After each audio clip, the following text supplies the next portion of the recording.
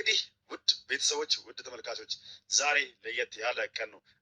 አሸብርቄና ደምቄ አንድ ድል ልመታ ነው። ሰሞኑን በፍቅር ለእናንተ ይሁን እያለን 2000 ጀመርን።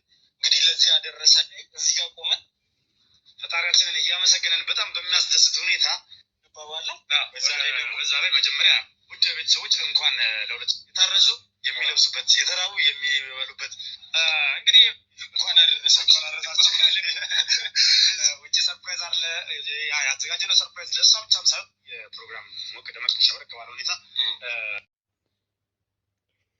ሰላም ጤና ይስጥልኝ። ውድና የተከበራችሁ ውድ ሆናችሁ የኔ ቤተሰቦች እንዴት ናችሁ? ሰላም ናችሁ? ሰላማችሁ በያላችሁበት ያምዳል። ሰላማችሁ ብዙ ትርፍ ይበልልኝ።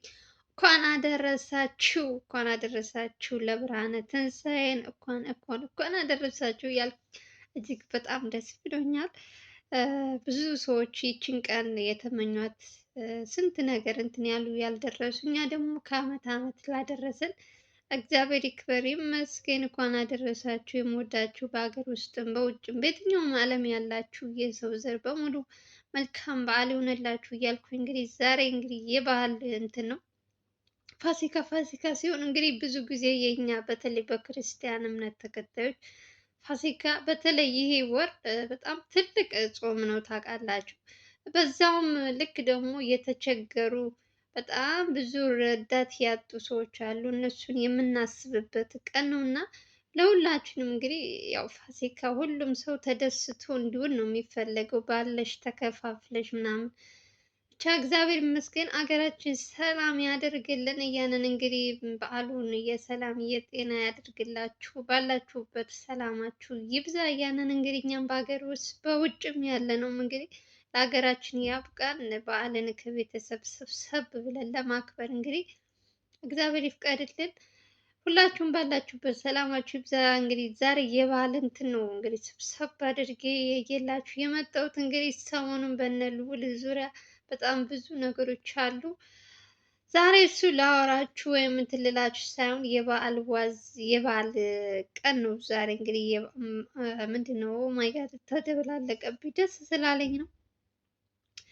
በዓልን እንግዲህ ሁልጊዜም እነ ልዑል እነ ዘላለም እነ ቴዲ ሁላቸውም እንግዲህ በዓል ሲሆን ታውቃላችሁ ሰብሰብ ብለው ከየትም ሰብሰብ ብለው በዓልን የተቸገሩትን በማገዝ ብዙ ነገሮች እገዛ ልዑል ከነገራችን ላይ ለእንደዚህ አይነት ነገር ካሜራ ላይ መጥቶ የሚያወራ ምናምን አይደለም፣ ከጀርባ ነው ሁሉንም ነገር እንትን የሚለው።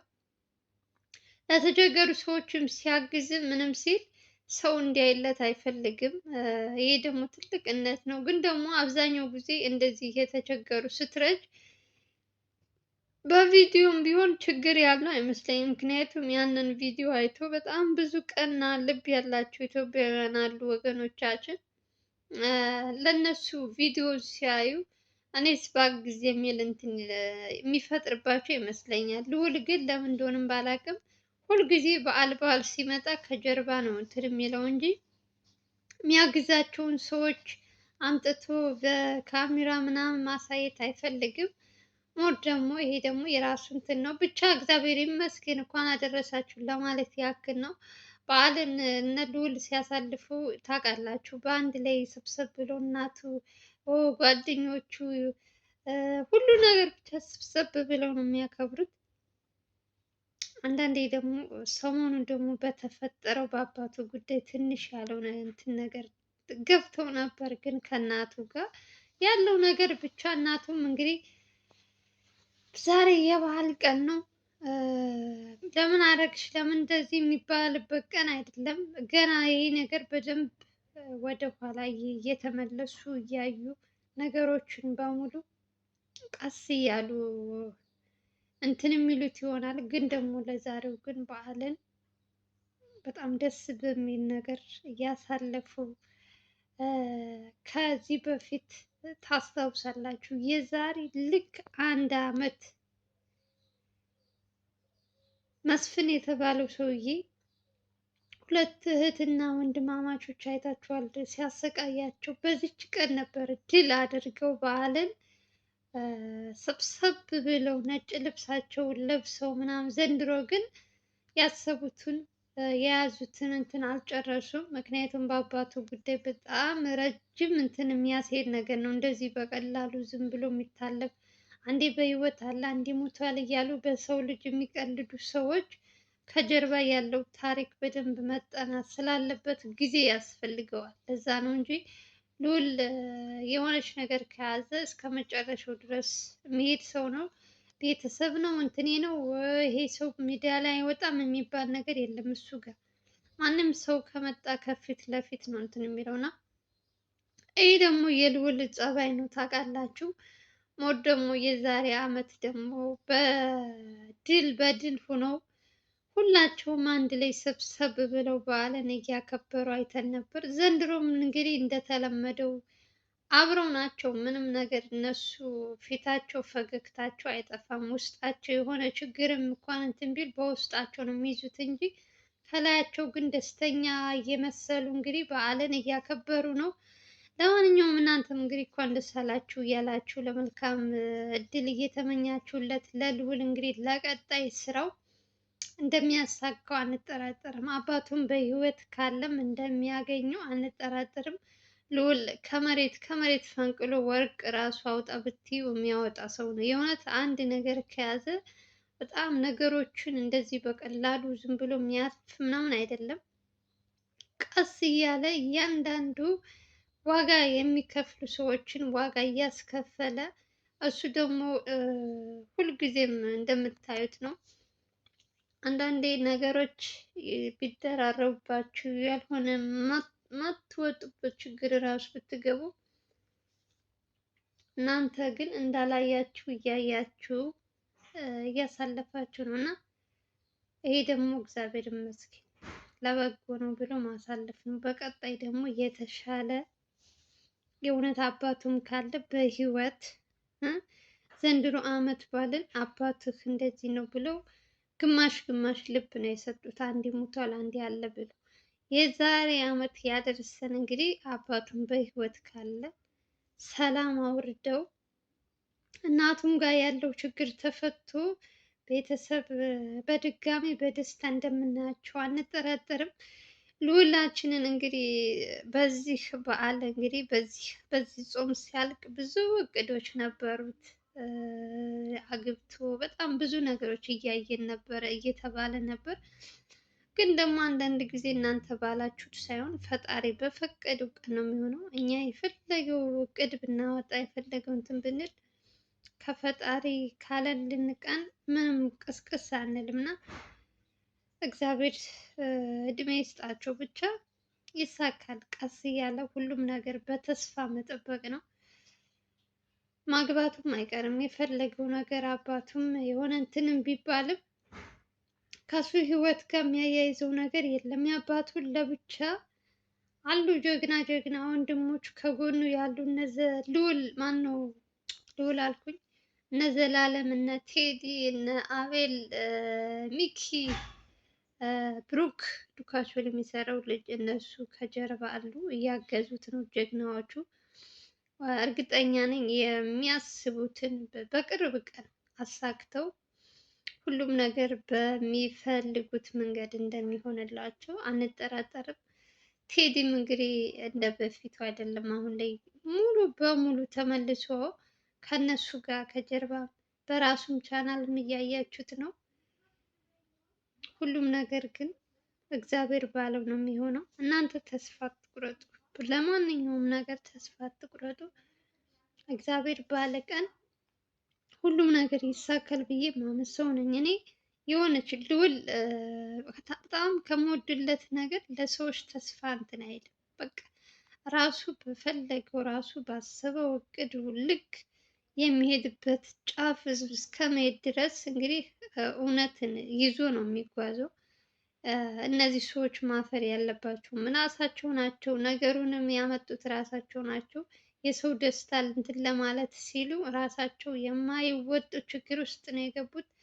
ሰው በአባቱ ጉዳይ እንግዲህ ቀጣይ ከበዓል በኋላ እንግዲህ በእያንዳንዱን እያንኳኳ እንግዲህ ስለ ቤተሰብ የተባሉትን እንግዲህ አባት በህይወት ካለ ለምንስ ሊደበቅ እንደቻለ ምንስ ወንጀል ቢያደርግ ነው? ምን አይነት እንትን ቢሰራ ነው? ልጆቹ በአባታቸው ለምን ያፍራሉ የሚለውን ጀግናችን እንግዲህ ካለበት እንደሚያወጣው አንጠራጠርም። እርግጠኛ ነኝ ለማየት ያበቃችኋል። ይሄ ነገር አሁን እያያችሁት ነው። በትንሹ ቀን እንኳን ስንት ጉድ እንዳወጣ ልዑል። ከልዑል አልፎ ደግሞ ሚኪ ማነው ሚኪ ያልኩኝ ብሩክ፣ በእነሱ ዙሪያ ላይም ብዙ ነገሮች እያየን ነው። መጨረሻውን እንግዲህ እግዚአብሔር ያሳምርላቸው። ሰው ልጅ ግን በዚህ ልክ እኔ አላቅም። የእውነት በጣም ከገረመኝ ነገር ቢኖር አባቱ በህይወት ካለ ለምን ለመደበቅ ይሞክራል? ልጆቹ ሰው በአባቱ አያፍርም መቼም። ወንጀለኛም ከሆነ ከሰው ጋር ይጣላል ምናምን ሲሉ ነበር። በሱ ምክንያት ብዙ ሰዎች ቀያቸውን ለቀው ተሰደው ወጥተዋል የሚባልም እየሰማን ነው። ግን ደግሞ በዚህ ልክ ደግሞ የሚያስደብቅ ነገር አይደለም። ስህተቱን ካመነ ሰውየው እጁን ለመንግስቱ ሂዶ መስጠት ነው እንጂ በአባታቸው ሙቷል ብለው ልጆቹ እየነገዱ ያሉትን እነዚህን እንደውም የባሰ ወንጀል እየሰሩ ነው ያሉት። የእውነት አክስት የተባለችው ራሱ የውሸት አይኑን እያየች እየዋሸችው ነበረች። እሷ ራሱ ወንጀለኛ ናት። ሰው ሳይሞት ሞቷል ብላ በሰው እንትን የምትለው ተዋቸው። እነዛኞቹ ወንድም ምናምን የተባሉትን እነሱን ዝም ብላቸው እርሷቸው።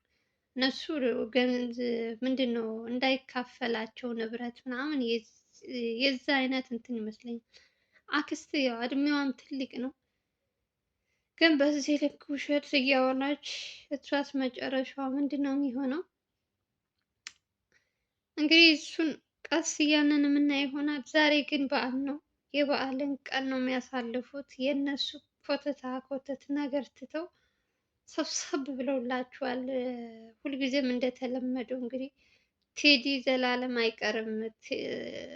ዘላለም ከሀገራችን ላይ በዓል በዓል ሲሆን ቀድሞ የሚገኘው ካሜራ ፊት ለፊት ዘላለም ነው። የልዑል ቀኝ እጅ ማለት ትችላላችሁ። የሆነት ያለ እነሱ አይደምቅም። ለምን እንደሆነ አላውቅም። እኔ ብቻ ነኝ እናንተም ናችሁ። ሰብሰብ ሲሉ አንድ ላይ ሲመጡ ምን አይነት እንትን እንደሚፈጥርባችሁ ታውቁታላችሁ። የእውነት እኔ በዓል ልንጠብቀውም ሳይሆን እንደው ባዘቦቱ ራሱ አንድ ላይ ሰብሰብ ብለው ቪዲዮ ሲሰሩ በጣም ነው ደስ የሚሉኝ። ያላቸው እንትን በጣም ይተማመናሉ በራሳቸው እርስ በርሳቸው እና ትልቅ ገና ከዚህ በላይ ትልቅ ነገር እንደሚደርሱ አንጠራጠርም። ግን እያንዳንዳቸው ጊዜ ይፈጃል እንጂ በየጊዜው አሪፍ ነገር እንደሚሰሩ እናምናለን።